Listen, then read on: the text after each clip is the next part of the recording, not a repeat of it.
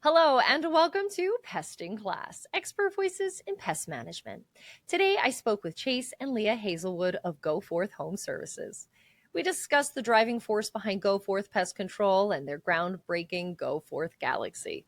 This isn't your standard business story. We're talking about a company that took internal departments like marketing and HR and successfully spun them off into separate external businesses. Chase and Leah reveal what inspired this bold outward growth, how they leveraged their unique Carolina Core Professional Center headquarters, and their expert advice on systematized growth for any owner ready to innovate and think outside the box. Let's get into it.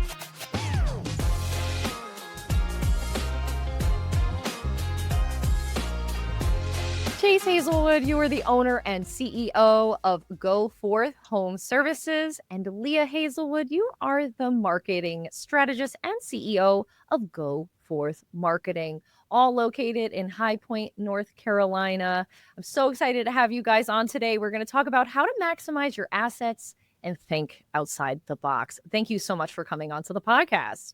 Thanks for having us. You guys have done something incredibly unique. We've never talked about it on the podcast before, this expansion, what you're doing with your business.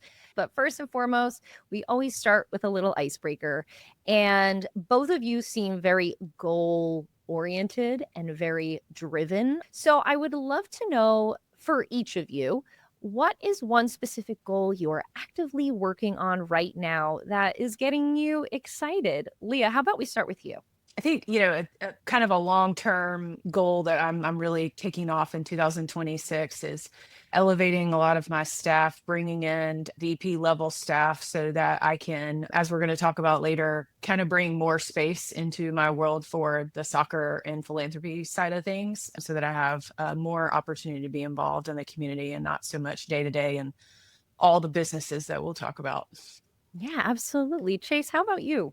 I only have one goal for 2026, and that is to convince Leah to let me get another dog.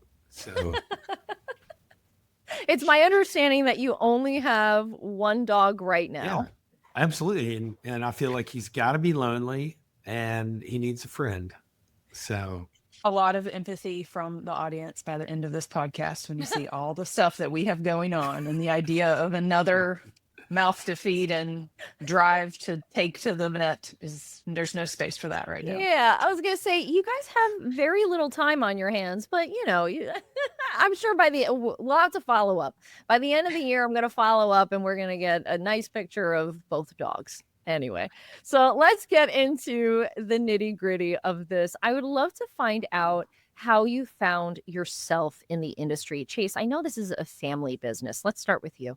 When I graduated college, I had a job offer in Charlotte area. I was graduating from Charlotte and I had majored in entrepreneurship, and my college professor asked what I was going to be doing, my main mentor. And I told him what I was going to do. And he said, I thought your parents owned a pest control company. And I said, oh, they do. I said, but we don't really, I don't know that I get along that great. I don't see it. And he said, oh man, pest control, like home service businesses is where it's at. Like, this is what's coming. This is the future. And you need to figure it out. You have to go figure out how to get along or whatever it is. And so he inspired me to give it a try.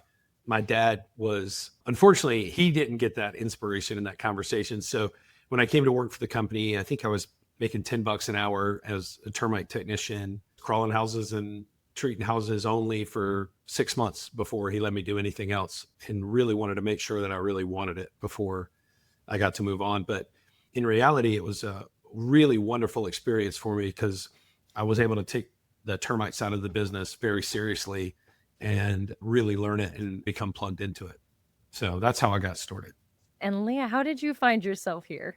The short answer is I fell in love with the guy on the other side of the screen and married into it. The slightly longer answer is when Chase and I decided that we were ready to start exploring starting a family.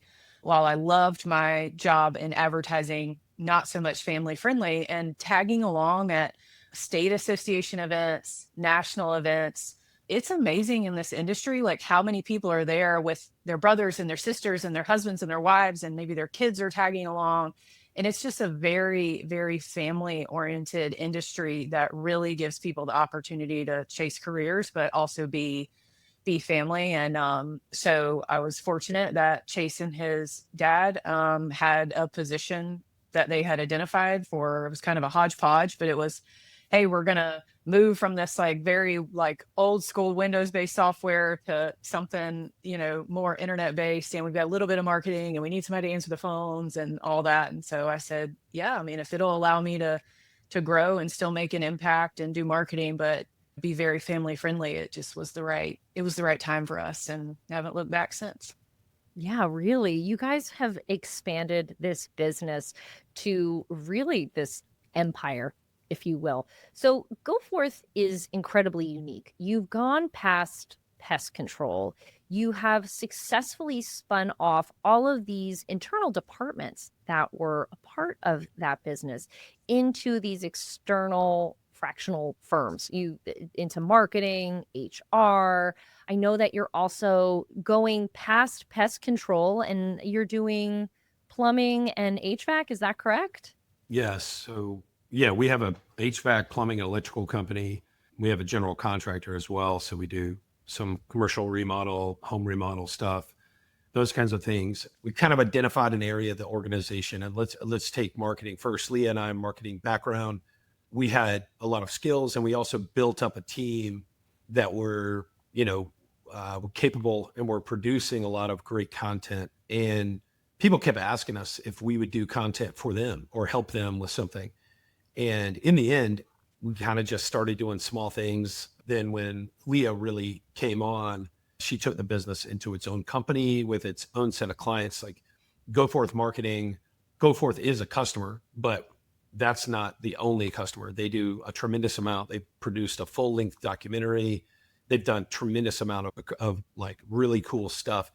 And I think that in the beginning, it was a service to get Go Forth Pest more elite skills. We could hire film specific people or graphic design people, and we couldn't utilize them 24/7. But then we could get them really familiar with the brand and the understanding, because they would continue to work with us. And it allowed us to kind of reach higher and get, I would say, better people, or not that we didn't have great people, but go get great specific people and allow them to do those things. And it also gave us an opportunity for family engagement. I think was a big part of it, in the idea that Leah had her own thing. Go Forth is pest control. It's kind of been my thing the whole time. And while Leah worked for the company and was really well integrated and is my partner, at the end of the day, I think when you own and run a company yourself, I think it's just like a different vibe and a different feel. And Go Forth Marketing and a couple of the other companies have really been her drive and given her an opportunity and that way. And then as well, I don't know that a pest control will be in all of our kids' future, but there's an opportunity for family, friends, connections, those types of things to connect through the other companies as well. Yeah, I had to ask before we move on, how many spin-off companies have you created? Do you have a number off the top of your head? Go Forth Marketing, 2PM, which is a fractional HR and consulting, business consulting and fractional HR company. Carolina Core Professional Center, which is the building that we operate. I can let Leah talk about that a little bit more.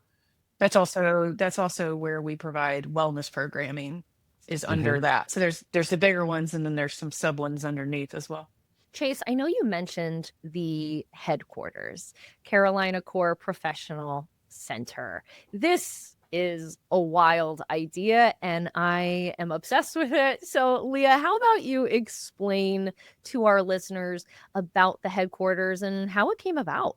Yeah, so if you actually go back one iteration, towards the end of 2019, we relocated Go Forth Home Services Triad headquarters to, which was at the time a much larger building and a much better part of town, recognizing that recruitment had changed. The type of employee that we were looking to recruit had changed. Pest control, a lot of times gets portrayed as this like good old boy, like you see in Disney movies. It's like the Southern idiot, guy that's walking around, and like, that's not who a pest control employee is. We also wanted to recognize that we wanted to recruit more women. And then as we were growing, we needed more of C-level type positions. And so anyways, we had relocated into this much larger building in a larger part of town. And then COVID happened and we had about 5 people in the building for about a year. Just really recognized as folks started coming back to the office and as we continued to grow very quickly, because Chase grew very aggressively in home services during COVID, that in order to really expect people to want to come to work and be at work and be engaged at work, we needed to create an environment where they wanted to be there. We built things like your typical snack room and brought in food and games, like a game room and things like that. But then we built an outdoor deck and a picnic area and quickly, outgrew it and found the building that is now Carolina Core Professional Center, which is 53,000 square feet. Well, while we were growing quickly, we weren't growing to 53,000 square feet quickly. And so the idea of, hey, we're trying to build this awesome place for our people to work that make it in some ways really hard to leave working for us, because the place where they work has an on-site coffee shop where they get coffee credit every month. It has a hair salon. It has a childcare facility. It has therapists. It has a gym. There's a Pilates instructor, there's a personal trainer, there's, tons of parking, and just like building all of this in one place makes it hard for employees to leave and makes it a place where they want to work. And so we said, hey, if we've got a place this big and we're building it for our team, why not open it up to other teams as well? So that's what led us to making it its own business where, yes, our companies are tenants in our building, but we have multiple other tenants as well that have just created this ecosystem of what we like to call like workplace wellness. So it's not just wellness, it's also work, but in general, it's about just making sure that as easy as we can make it to live and work as part of Go Forth, that's what we've tried to do. The idea that there's childcare and you could also get your hair done at like right after work, this is so cool to me. How long did it take you to feel like it was kind of up and running and its own thing?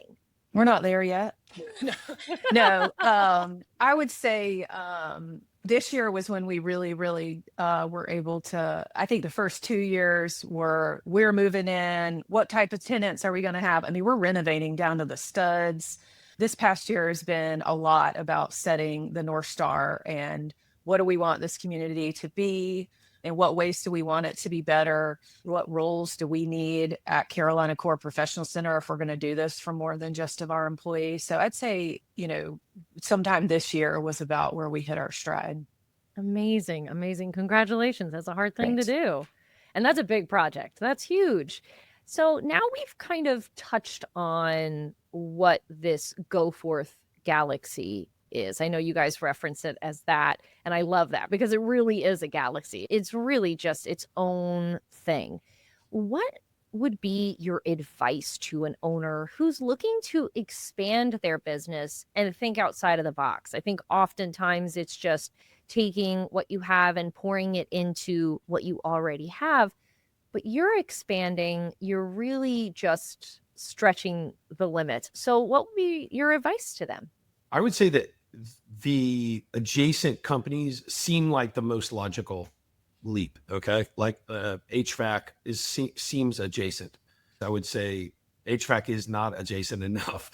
It has been a much larger challenge than I anticipated. I think you start with, what is your end scale? Is your end scale, hey, I want to have like a 30-person marketing agency, or do I want to have the skills and ability to produce really great content and really great stuff for my main company and then for other companies?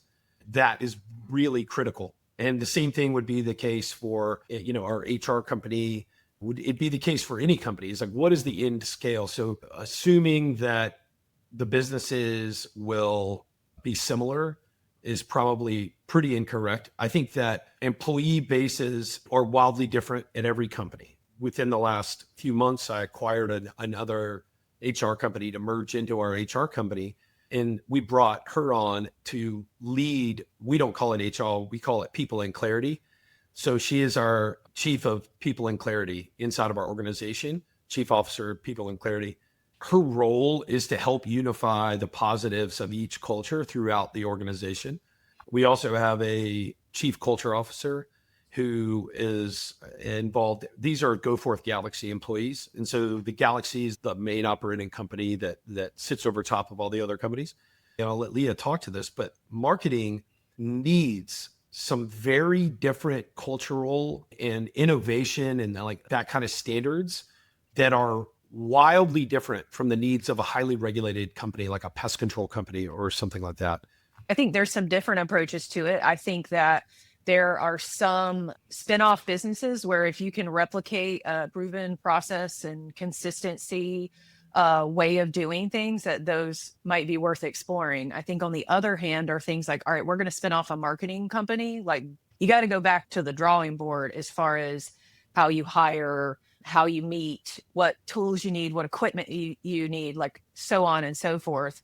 And for me, one of the biggest motivators, and Chase alluded to this earlier, of why we have spun off HR, marketing, our building into Carolina Core Professional Center, and even the soccer training company that we've started, is recognizing that if we maintain these as departments within our pest control company, we're not going to be able to hire the caliber of employee that we're going to need to get home services where we need it to go. We needed a super high level CFO to get to where Chase wanted to go with home services.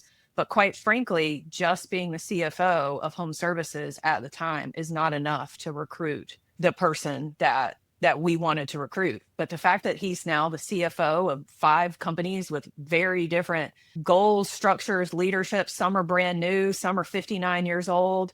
That's an ideal job for some really great people. Same thing on the HR side, to be able to bring in the HR level leader that we've brought in, like managing the HR department for a pest control company, probably wouldn't have gotten her.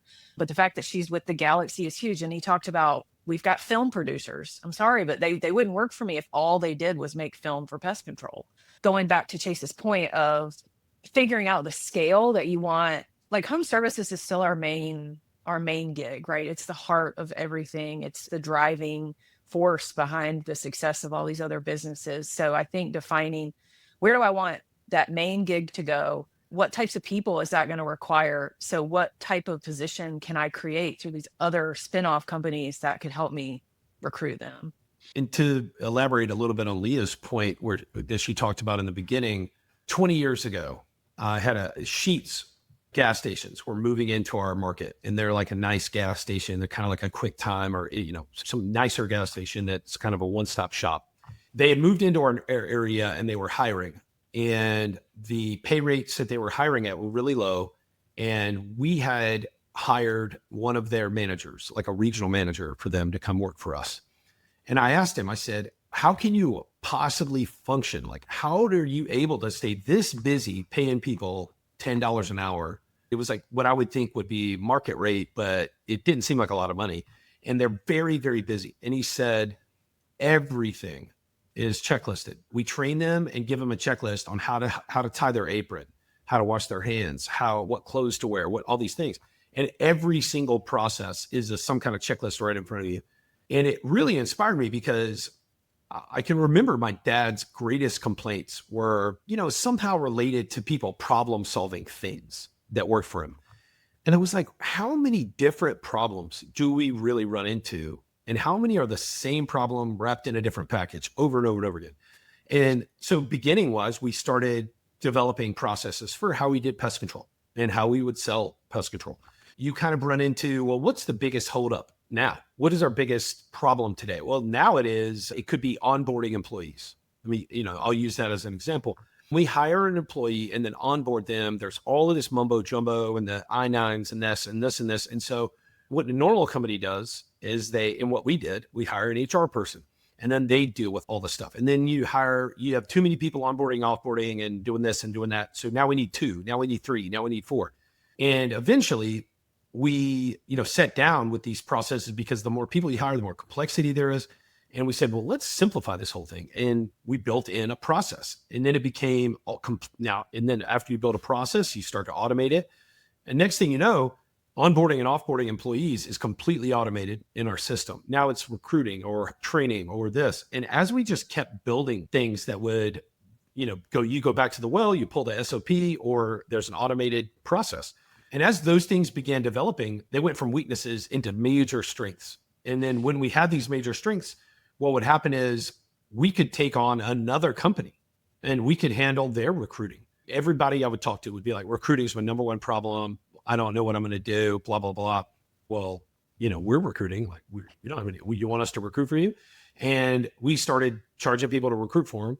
And next thing you know, we're doing recruiting for multiple other pest control companies, even pest control companies that we overlap in the same market for. We were doing recruiting for like engineers and like all kinds of crazy, anything and everything. And then I was able to really get higher standards, higher pay, higher bonuses for those recruiters.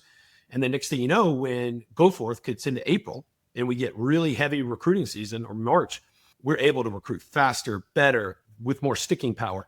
And it was like that. It was every single system became something that we were able to go harder and harder and harder at. I think Leah and I both look at business and what we do as an opportunity engine. And when we can really create a pathway or create an opportunity, that's where we lean in. And we lean in, local, and we lean into the community, and we lean into creating those opportunities. And I think that's really what gets us out of bed in the morning.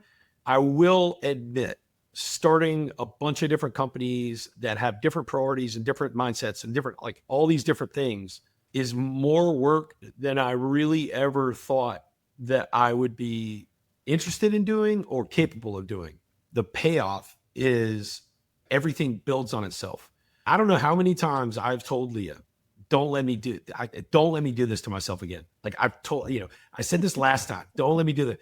But it's like, as soon as enough eases up, I'm ready for another one, so I can't be more fulfilled at work and more fulfilled at home. And I just feel blessed that I get to do something that is this meaningful all day. I have to ask, we're talking about systems and this idea of if you're setting up a system well enough, you're going to be able to kind of copy and paste it to another venture. So what, in your opinion, would be the cornerstone of a good system that really supports the project? I'll talk briefly about like less pest related, and then I'll let Chase elaborate on more of the pest side.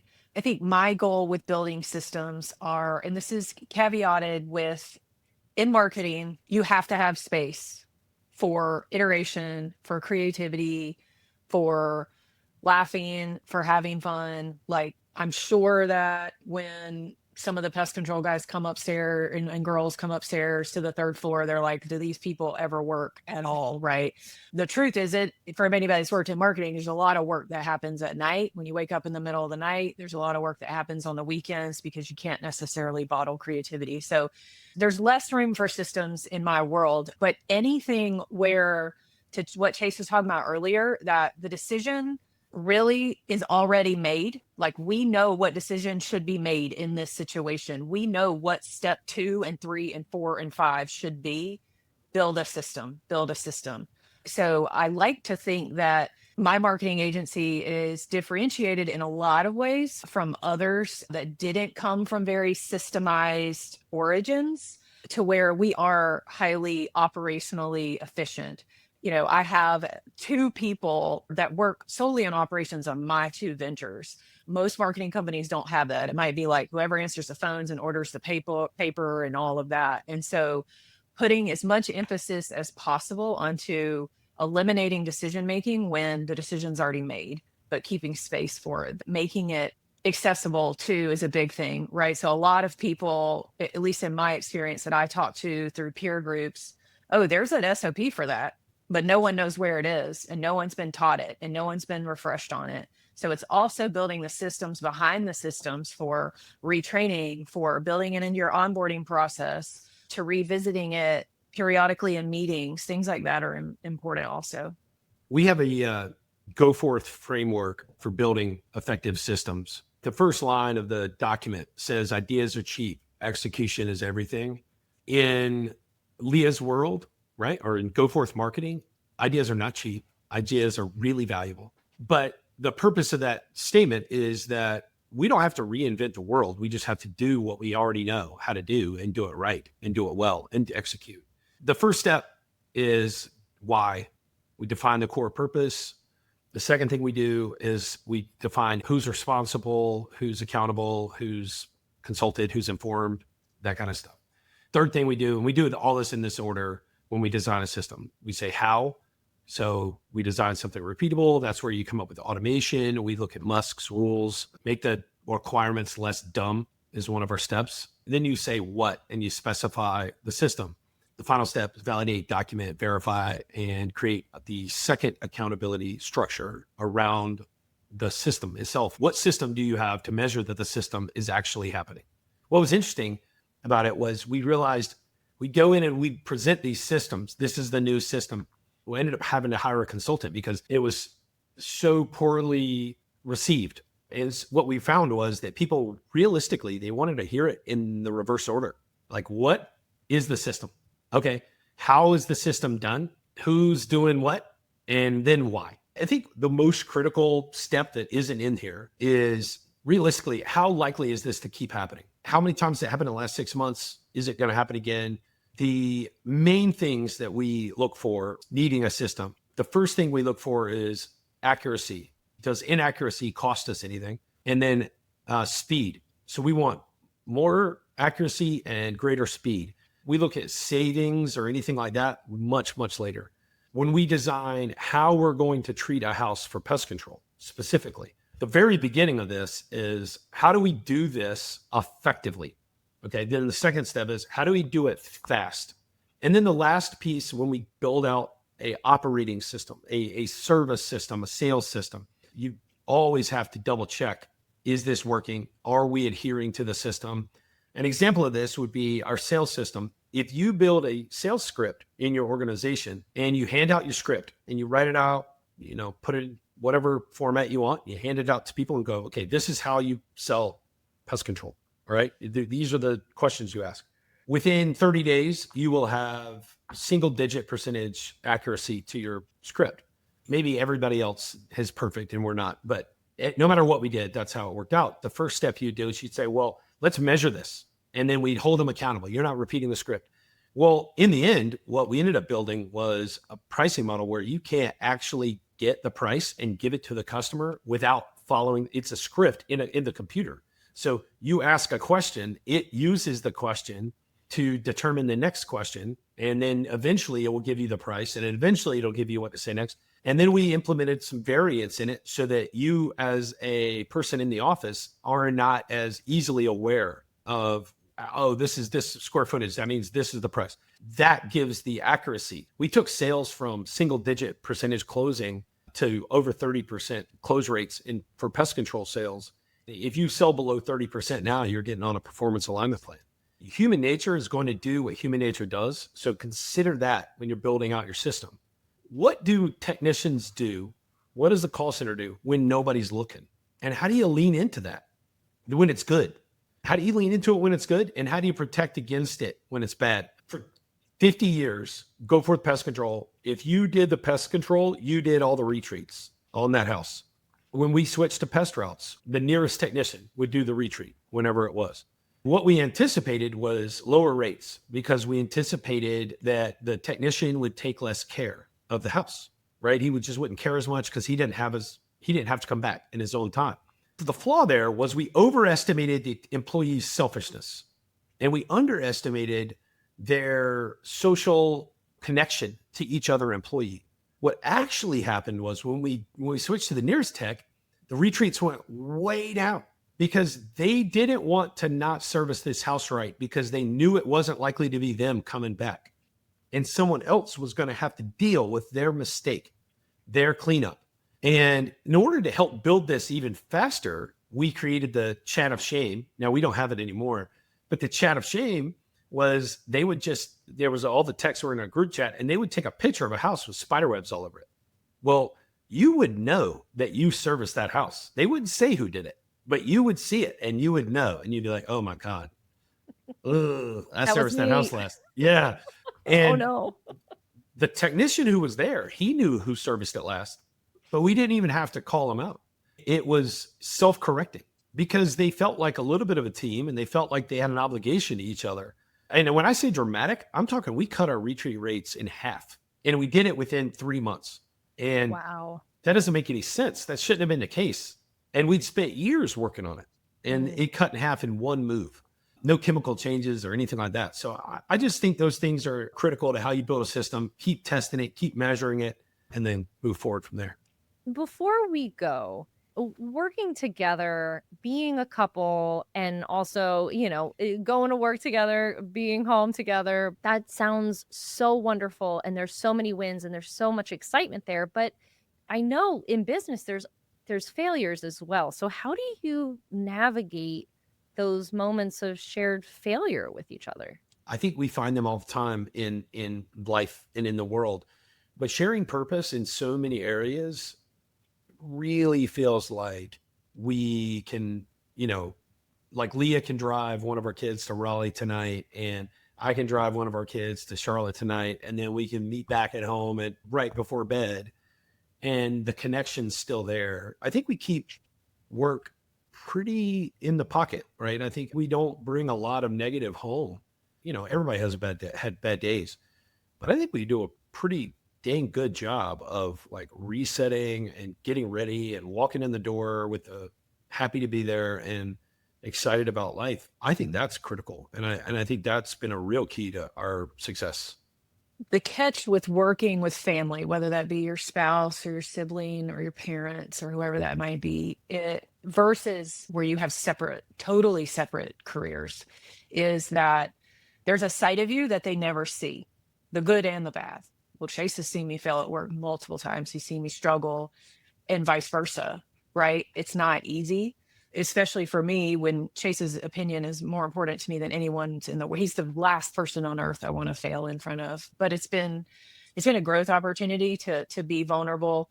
The flip side is just, it's kind of tied to what he was saying with keeping work in the pocket. I hope that Chase knows that if he ever needed to vent about something negative at work, he could do so. And I know that I could do so with him, but it's like it's not necessary because I know he gets it.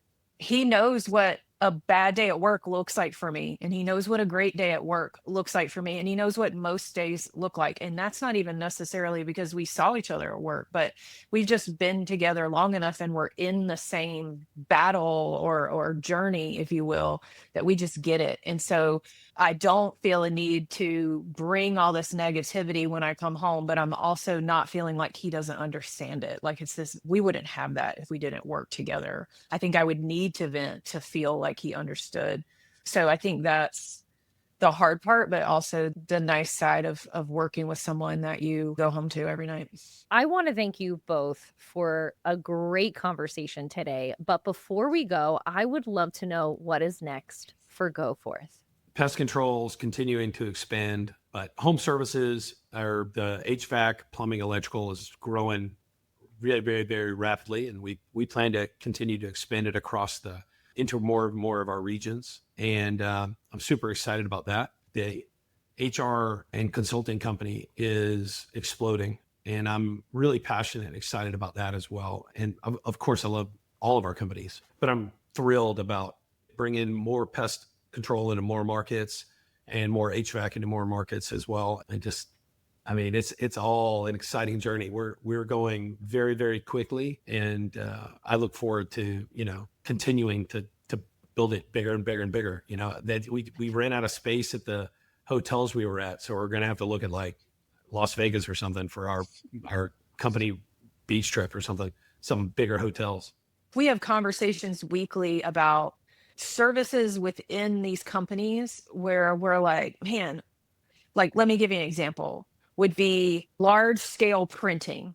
Our home services company alone, between vehicles and branches, putting graphics on walls, wrapping vehicles, putting signage on the outside of the building. Now that we have the professional center, I've got signage, I've got tenant signage, right? You start to think, man, this is how much we spent on this past year. This is how much we paid these vendors to do this. Should we look at investing in our own equipment, hiring our own print shop manager, and starting a print shop? because we wouldn't have to sell that much more for it to be worth it, right? So things like that happen weekly. Our wellness program is a service that we've not quite pushed externally yet. We've always been open to other companies, but the wellness program that we provide for all of our Galaxy employees is systematized.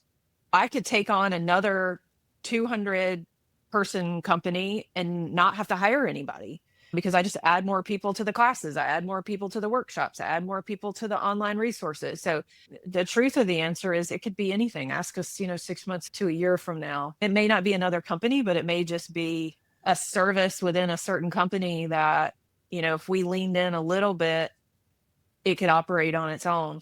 I genuinely cannot wait to follow up with both of you in a year, find out what the new puppy's name is and what the new venture is as well. Thank you both for coming on to Pest in Class.